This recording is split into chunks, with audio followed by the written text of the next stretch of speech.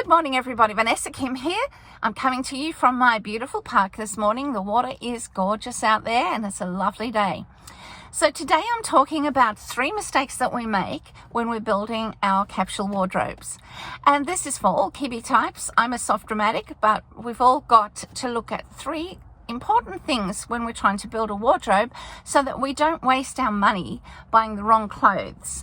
And by wrong, I mean you can wear anything you like, but the point of the matter is that if you've been around the block like I have, I'm over 50, I can tell you this, I've spent thousands of dollars being free and easy, buying whatever I like, and the bottom line is I have to keep getting rid of the clothes. I have to keep giving them away because they just do not look good.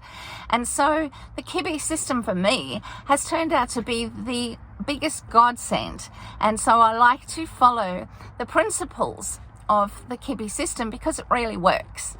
So with that said, let's get on with the 3 mistakes that people make when they are creating their capsule wardrobes.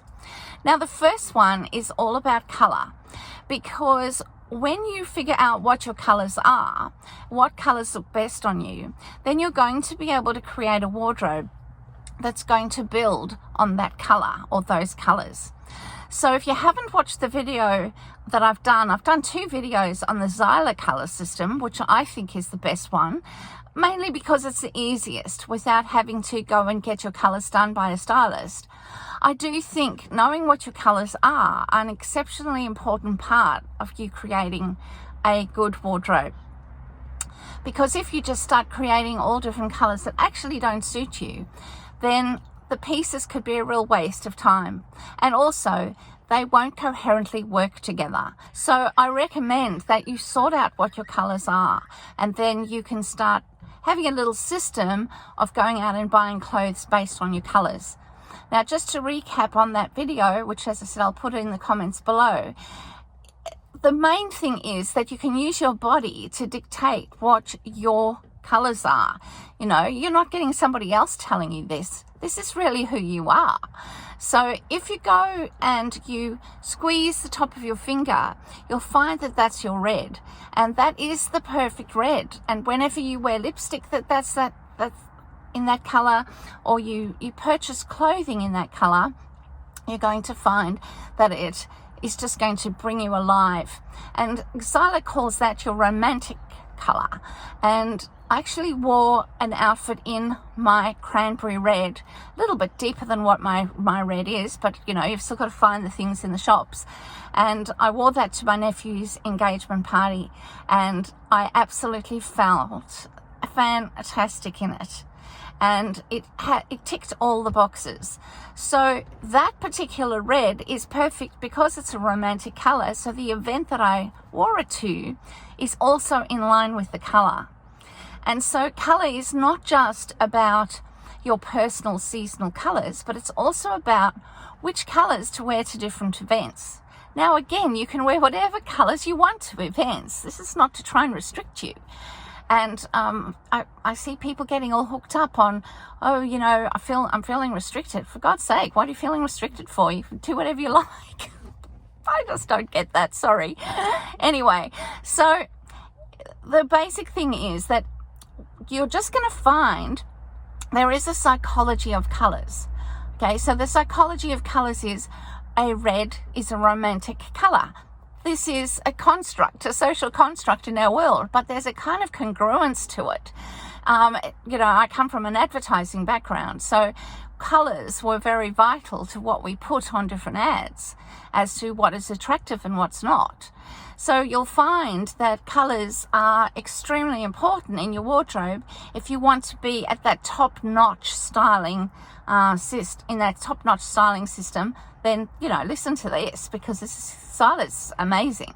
He dresses all the Hollywood stars for the movies, so that he wants you to get a certain impression in that film, because the color is going to do that. So on the one side, Michelle Pfeiffer's wearing a red dress and she's going out on a date, and on another thing she's wearing the color of her eyes and she's actually going to pick her kids up from school. So that's her casual color. And so your casual color is the color of your eyes. So you see, they understand that psychology of how people see things. And so that's why it's such a brilliant system. And I'll leave a link for his book as well if you're interested. This isn't a sponsored link, but I just think that it's so important to get that aspect right about your colours. Now, even going deeper than that about colour, we also have to look at what is the best hair colour for you. Now, my natural colour is brown, and my colours are actually bright spring. So I've gone ahead and I've figured out the colours on my body to see what are my actual seasonal colours. And the seasonal colours for me are bright spring. Now, the brown on there is actually what my natural brown is, but I don't particularly like that brown on me anymore. I prefer blonde. So what I've done is I've gone and looked for the blonde on my colour chart, and I have found that blonde, which is like a wheat colour, and I've taken that to my hairdresser and said that's the blonde that I want. And that's how I get a congruence with my colours. The other aspect of this is when you're building a capsule wardrobe, you want to ensure that you understand in your Kibbe system whether you look better with broken up colour or one long line of colour. So we know that the dramatics look good with one long line of colour, and for their vertical line not to be broken up. It needs to be all one colour from top to bottom. And the accessories can be different colours, and the same goes for soft dramatic. The moment we start breaking that middle line up, it starts to look wrong. Now, we can go with scarves that highlight the T. We can go with beanies that are a different colour. We can go with gorgeous necklaces that are different colours and gorgeous bags. And those are all how we bring colour into our wardrobe. Now, the biggest mistake that I made in my wardrobe in the past was that I kept buying separates. And when you go into the shops, you see that it's so designed that way. The tops are different to the bottoms. And so very often you'll find a cardigan that's in one colour, and then you can't find the pants to match it. And so this is so important that when you go shopping, you line up your cardigan and your pants the same colour. And you could have a different colour top underneath it, but only if it's a very small percentage that's showing. So you can see in what I wore to my nephew's wedding, engagement party, that I closed the jacket up, or I made the jacket, the jacket came in so that it covered most of my stomach. And you could just see this one long line going down of the patterned dress, so that it looked almost like a pattern that was congruent and it all matched. In the past, I would have got a different colour jacket to a dress, and this would have been completely wrong for a soft dramatic. Now, we know that the romantics can wear different colours, breaking it up, and we know that the classics to some extent can, but they look a lot richer when they have the same colour. And, the flamboyant natural can have these big patterns of colour, but they also have to have the long line. So the flamboyant natural, the dramatic and the soft dramatic have got the long vertical line. We don't want to break that up. The classics have got a moderate vertical line, and so even with them, we don't want to really break that up. The dramatic classic could have a different colour belt to the rest of their outfit, as long as most of it is the same colour going all the way down. The soft gamine can have a broken colour. The gamines can break the top and bottom up, and in fact they should, because by doing that, what they're doing is they're adding interest to themselves. And there's this interesting, fun part about the gamines, which shows up in the way that you break the clothing up. And their line is a shorter vertical line, so you can break that line up. So it's interesting to understand colour from the perspective of how to use that in your wardrobe in terms of percentages of how much colour you would use that's different to the other colour, and what you're trying to achieve in terms of the silhouette. So colour would be a very important thing that I would consider in terms of not making mistakes in your wardrobe. So when you go about creating a capsule wardrobe, my suggestion would be to start with one colour. And I would start with your dynamic color, which is the color of your veins. And that would be the first color that I would buy, unless you want to start with a very casual color, because most of what you do is casual. So then I would look for hair or eyes as my color. The hair would be an energetic color, and the eyes would be a very natural, casual color. But the dramatic veins are something that are going to make you look extremely dynamic. So start off with one color, choose that color, buy a cardigan, buy a skirt, buy a dress, buy a top, buy a t-shirt, a blouse, little cardigans to go underneath it, and stick to your Kibbe lines. So choose just one color with all those different garments. Then look at the accessories and go for a contrasting color. So something that you think, you know, goes fantastic with that. So you could maybe add a romantic color to your dynamic color, which would just put you off the charts in terms of people noticing you. So, you know, you might have a pinkish kind of scarf, or you might have a pink beanie, or a really amazing pink bag. And that way you can start building this contrast of color into your wardrobe with even some pattern. The second mistake that people make is in the length of their clothing. So what happens is, if you have got a short vertical line, then you can actually wear shorter clothes. But if you have got a long vertical line, you need to wear something longer. But you need to figure that out. You need to see, and can you imagine a garbage truck has come and parked straight behind me? I'm so sorry. So can you imagine that you've got a long vertical line and then you're wearing a short dress? It just makes you look cut off. So what you want to do is keep that vertical line going with your length of your clothes. Now the dramatic wears much longer. The soft dramatic really can wear a bit shorter, just sort of below the knee or just on the knee. Looks really good on a soft dramatic. But you have to also, in my opinion, look at your height and make some adjustments to the length based on your height.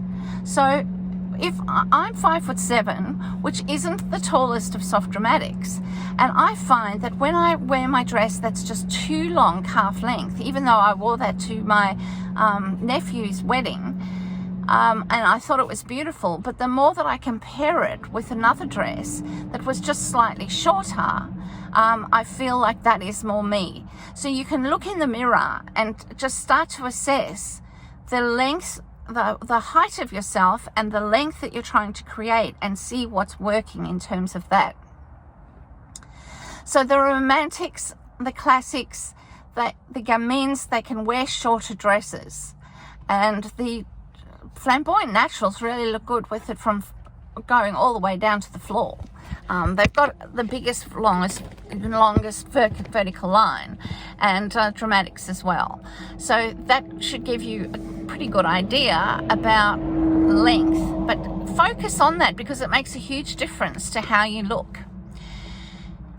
Then the last one that I would look at is mistakes that we make with our fabric. Now, fabric is such an important part to our look. And one of the videos I did was taking my sister-in-law shopping for what she was going to wear to the engagement party. And we saw such a difference. When she wore corduroy, it just didn't look rich enough on her because she's a classic. So corduroy is something for a natural. When I wear clothes even like this, I'm in my uni, I'm doing my uni exams at the moment, so my final exam is tomorrow, so I'm just, I've just got this on, but the colorings work for me, and it's nice, and the fabric's soft, and it comes down long over my crotch, and then I've got a similar color pants, granted they're a little bit darker, but that is a very super casual look that I'm wearing, but it is bordering on being a natural. And soft dramatics do have a lot of trouble with casual clothes, but I have started to figure that out because I've got a beautiful Emporio Armani navy blue jacket, and I'm pairing it with navy blue tights, and I've got Guess sneakers, and it all sort of looks really, you know, diva, but at the same time very casual.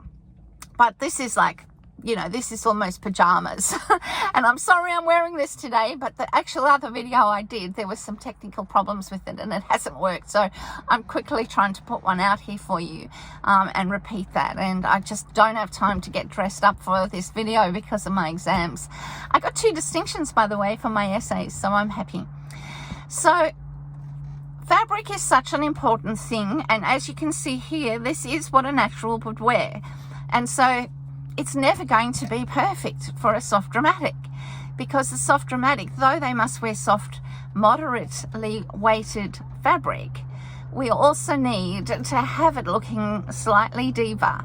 So the parka fabric on a parka jacket is more luscious. So that's why that looks better. And in terms of, you know, satins and sort of fabrics that you'd that move with the voluptuousness of your body, that really works. The moment I try to wear very stiff suit-like clothes, I feel constricted. I feel like I'm in a straitjacket. So we need to also look at the type of material that is going to move with our body shape and also with our essence. And of course, the classic looks good in really rich clothes, as I said. The naturals look good in very natural fabrics. So you've got to look at what your body type is and really hone in on the fabrics. And I will make some notes for you and put them into the next video on the types of fabrics to wear. But these are 3 mistakes that I have made in the past creating my wardrobe, and I wanted to share them with you so that perhaps you don't make the same mistakes and waste some money on them. Leave comments below if you have got some other tips for us, and I love having you here. If you haven't subscribed yet, if you could click the bell and subscribe, that would be wonderful. And I'll see you on the next video. Bye for now.